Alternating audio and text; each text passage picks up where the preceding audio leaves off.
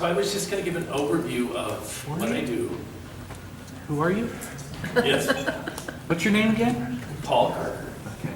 My company is Carterpainting. Thanks, Rob. And I paint houses basically inside and out. I mostly do residential. I also do some commercial. This summer I've done Fairview High School. I did the inside of the office, some accent walls and some classrooms. And I did a laundromat and a doctor's office last weekend. So there's a little bit of commercial, but it's mostly residential. So back to the overview, and then I was just going to leave it open for questions at any time. I was going to go over some reasons to paint and some pointers, and wanted you to brainstorm and think. Everyone paints some of their own things, mostly everyone does. And if you have any questions or things, projects that you have coming up that you're not getting done yet this summer, maybe we can talk about that to help get that going. So yeah, so a lot of people ask, you know, how long will my paint last? You know, it's like, okay, so it depends on color. Lighter colors last longer. They don't get as hot. They don't have as much stress from temperatures, hot, cold, and flexing of the product and stuff. So they last longer than the lighter colors. And they might go 12 to 15 years. Some people say my house went 25 years. Well, probably 10 years ago you needed it. It's all peeling and stuff. So it did go 25 years, but it took a long time. So a way to tell if your house needs to be painted is if you look like on the north side and it's kind of a different shade than the south side, it's faded a lot on the south side. The north side usually lasts the longest. So that's a good indicator. And then sometimes you'll get oily spots on it. It'll look a little oily. That's just the paint. There's very little left. And then of course, there's some peeling and it's falling off. And of course, that's when you need to do it. And it's good to do it before it gets really bad. When it gets really bad, the wood gets fibrous and breaks down, and it's harder to get new product to stick to it. There's also a thing, particularly in Louisville, a lot of the homes, the newer part of town, is built with a kind of masonite type siding that's not real wood, and it's particles. And the frost and stuff, even in the winter, will collect on the bottom of the boards, and they start to separate and swell. And you can tell because your nails are recessed all of a sudden. You're like, how did that happen? And the board is growing out around them. And when that happens, the integrity of the board is lost. You can't just scrape it and sand it and smooth it because there's no more finish on the outside of it. And you need to replace. So, or you can try priming and keeping it like that. But, it's good not to let the boards go that far. So on the inside, of course, it's not so much what's falling off. Hopefully, I mean, you can have that in the bathroom, but usually it's just not looking good, trashed, marked up. Just need to repaint again. And that can last as long as you don't mark up your walls. So anyway, that was those couple things on when to paint. What else was it? I asked Rob what he thought would be good to know about painting. He said pointers are great. And there's a bazillion pointers and stuff. On insides, it's kind of nice when you're doing it to cover everything around where you're going to paint. And you don't have to worry about dripping. And stuff. Put a sheet down if you have old sheets, or if you want to buy a couple drop cloths, it's really nice.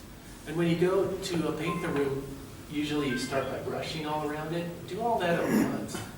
So that when you get the roller out, you can roll it all at once. And you don't leave that tray of paint sitting there drying while you're doing more brushing and stuff. And as a homeowner, you get distracted a lot doing your own home. And I do this. I put the brush and the roller at the end of the day in plastic. The things that your paper come in, those pieces of plastic, I put them in two of them and keep them out of the sun, out of the heat. And the next time maybe a half hour later, you make dinner for somebody, you go back and you start painting again. is you just pull it out of the plastic and it's ready to go. You don't have to clean up every time when you take a break. And that really can keep your project moving right along. So another thing that takes a lot of our time in the summer and stuff is deck maintenance. Has anyone done a deck this summer? Yeah. Yeah, we did yours, yeah. I was thinking of doing it yourself, yeah. But there's a lot you can, I have a joke, I say, does the deck own you or do you own the deck? Because it can take up the whole summer. Summer's trying to keep that going. So Janet has an excuse.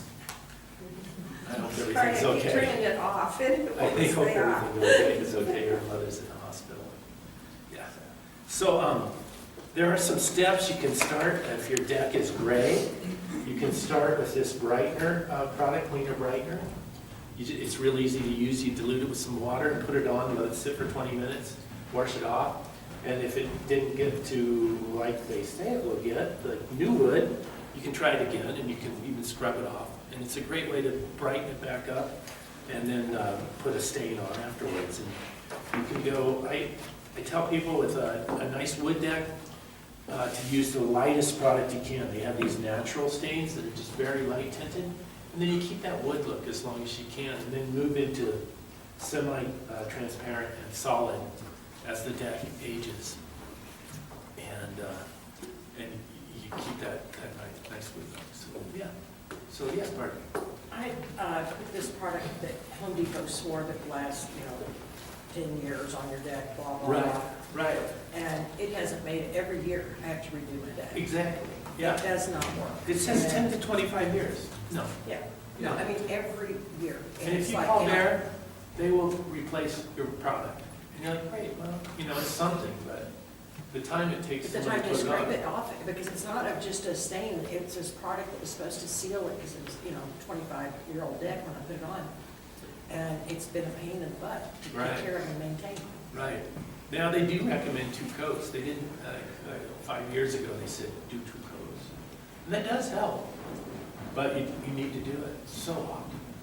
And your deck's just out there in the sun in the south, just baking, so it doesn't work. But they're really good about a product replacement. They ask you how big's your deck, and it probably took 4 gallons, and we'll send you 4 gallons. You go, great. I get to do it again.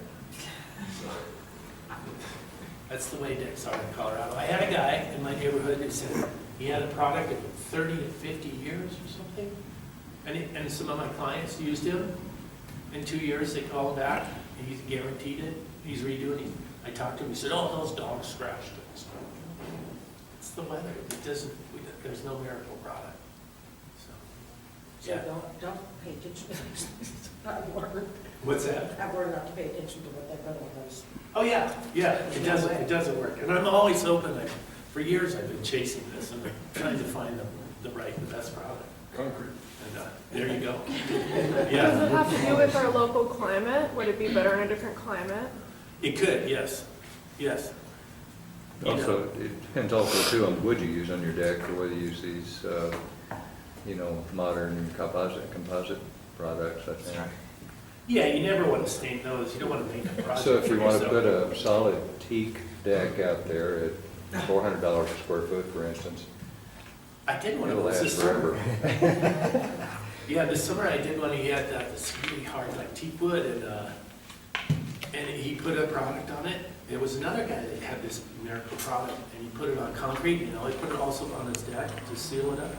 And I'm back this summer restaining it. So it didn't work either. But supposedly after I restained it, he was going to have this guy come in and spray it again with his miracle product. But we'll see. But it was such hard wood and stuff. It was really dense. It didn't even take product. For your decks, do you recommend oil over the water-based stuff or No, vice I think the versa? water-based stuff's good.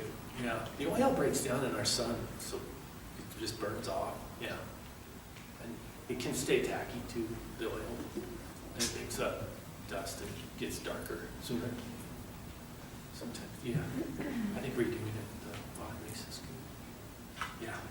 So these brochures and stuff that they have in store for you. I was just gonna ask, what is your service area?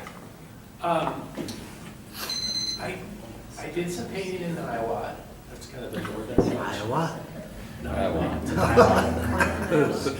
Yeah, and then I'll go out to Louisville, Lafayette, so Rock Creek, and then to the west, pretty much just Boulder. Yeah. Thanks. Yeah, I know you have. You a nice like to refrigerator. ride a bicycle. I don't ride to work so much. I ride by and go, I hate that. Yes, Mike. Hey, Paul, our deck is made from timber we got at Home Depot, and it's been that pressure compressed, waterproof. Yes, yeah. Rejects snow and Yeah. and rain and stuff. What do you do to improve the look of that? Will it take a stain? We can stain it, yeah. Can, especially after a couple of years, the grain will open up. And, the grain kind of wears off the top. And, yeah, you can stain it. Yeah. I wish it was something you could put on it to stop it from creaking. The last couple of years, it creaks so much, I feel like it's doing the whole Can't thing. sneak around. Can't sneak around, no, nobody can sneak up on us. You try screws and screws and screws, a box of screws. Uh-huh. It's probably a whole deck's flex. They use the twisties, the nails, but a lot of them are backing back out. Oh, yeah. When they come out, replace them with the deck screws. Yeah, screws, yeah. Mark knows this, yeah. And sink them a little deep, yeah. Just a little. Yes. I have a question. Sometimes I notice on homes that the exterior has different problems. So the trim around windows maybe is peeling, whereas the rest of the house is not. Do you recommend doing the whole thing at one time, or just fixing what looks bad at the moment, or? Usually when it's peeling on the windows, the siding is getting close anyway. But you can have reasons, windows peel because of the ledge and the water sits on it, and maybe it runs off the window and it just sits on it. So they'll fail sooner. And you can chasing those problems around.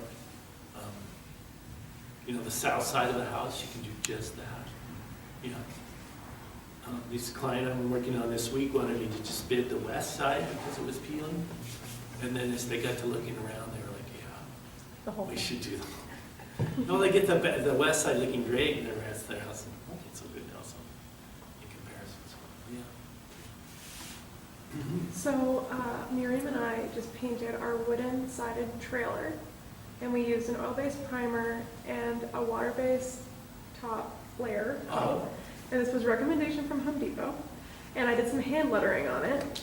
And I was wondering what your recommendation would be for a finish on it to keep it looking good, color fast, or so it doesn't, I don't know, what would you do in my situation?